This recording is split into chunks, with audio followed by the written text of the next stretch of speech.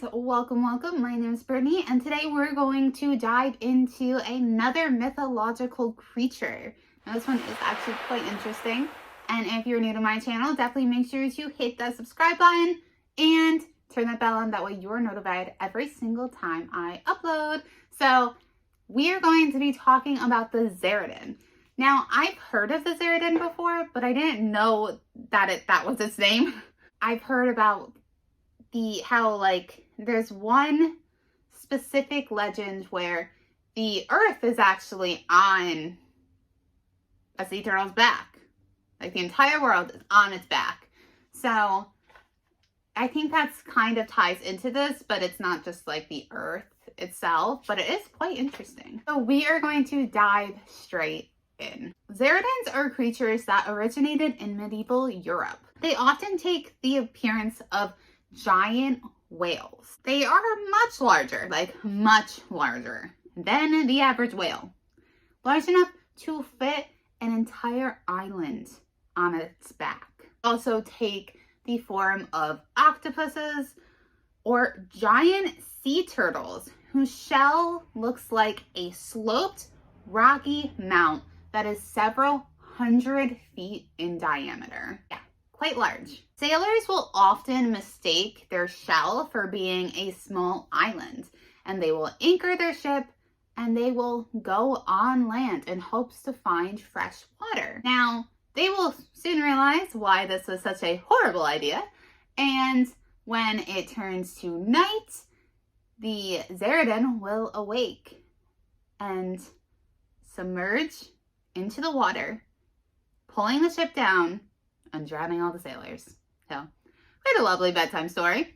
The Zaratan is also sometimes known to be this giant fish that strives night and day trying to reach its tail to its mouth, but never can because it's that big. So that in most circumstances, when a Zaratan awakens, it would draw back into its shell. Like if it's the form of the turtle, it'll draw back into its shell, similar to a regular turtle that we know. And that its head would actually, and its like arms and stuff would remain withdrawn for up to a decade. If it was wounded or pestered enough, then it would attack, but that was very against character for it. They are mostly peaceful, but they can become aggressive during mating season. And if somebody lights a fire on their back. So, really like if a fire was lit on your back, right? You can't blame it. Female Zaratans only give birth to one calf every mating season. And the calf usually doesn't manifest its own island until it's about 6 months old, and then it'll start developing little lumps or mounds on its back, and those are the sprouts of trees and stuff like that. Zaratans are also known to be filter feeders. They mostly live off of plankton. When they get hungry, they will open their mouth as wide as it can go, and they will exhale a sweet smelling aroma. Now this will draw other fish to it because of the scent, and the fish will just swim in, though they essentially just decide their own fate. So once its mouth is full, it snaps it shut and just in one big gulp devours everything that's in its mouth. They do spend most of their time sleeping. Often they do have their mouths open, so they will just kind of swallow whatever gets close enough. So even a person could accidentally be swallowed by a Zaratan if it becomes too close and kind of just gets pulled in.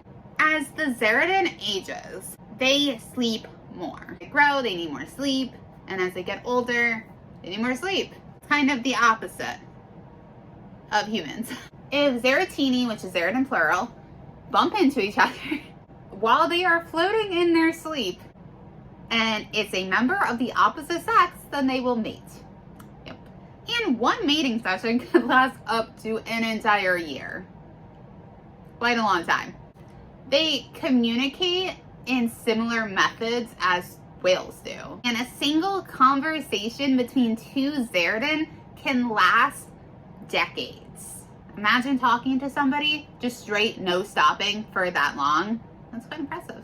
Maybe they fall asleep, so then when they wake up, they have to like pick that back up or something. They also communicate telepathically, but they don't prefer to communicate that way. And it's said that older Zaratini are actually comfortable with people living on their backs sometimes. They can support small villages as long as the people don't wake them up. Now, some people have even used Zaratans as hidden bases. And the inhabitants of these Zaratan islands were actually quite superstitious. They often looked at the islands, like the Zaratans, as deities. Now, this makes sense because if they woke up the Zaratan, then the Zaratan would probably drown everybody. So, yeah, I'd probably view it the same way. But this caused the inhabitants of these islands to sacrifice large quantities of fish and even sometimes visitors of the island to the Zaratan. It's actually quite interesting because Zaratans are not known to eat people, but maybe that's just because they're filter feeders and they really will just eat anything. But it isn't uncommon for ancient cultures to sacrifice people, so I guess that kind of falls in line. The Zaratan are able to survive with little to no energy for extended periods of time since they spend the majority of their time sleeping. They have amazing hearing and can hear frequencies that we can't. And they are incredibly strong despite not really extra. I guess they kind of like keep themselves, afloat and stuff. So they're constantly moving their muscles. So makes sense. And they are resistant to immense amounts of water pressure. The cold doesn't bother them at all. And despite them being so large, when they're awake, they are insanely fast. They can also determine the location of objects by reflecting sound waves, just like a bat can. And what's really cool about them is they can actually manipulate their island's terrain and even the specific plant life and the weather, which also makes so much sense why people who were inhabitants of these Zaratan islands view them as deities, because they could control the weather above the island. So maybe if they were in a bad mood, it would thunder, or if they were sad, it would rain, or when they were really happy and having a really nice dream, it would be all sunshine. So it really makes sense why these ancient cultures felt that way. And another cool thing about them is anybody, like any creature who was born on their island, they would have a telepathic bond to. So they could communicate either with thoughts or emotions. So they're quite tied to them. Now, there's not a crazy amount of information that I could find about these creatures, but I think that they're quite cool. And it would be really cool to bump into one. Maybe from the top and not so much the bottom. So I wouldn't want to get too close where I'm just like sucked in. But it would be cool to like interact with them and see just how large one of these are.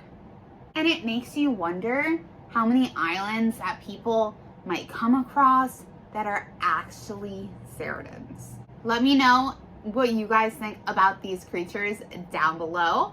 Definitely make sure to hit the like button, hit the subscribe button, and until next time, I love you guys. Bye.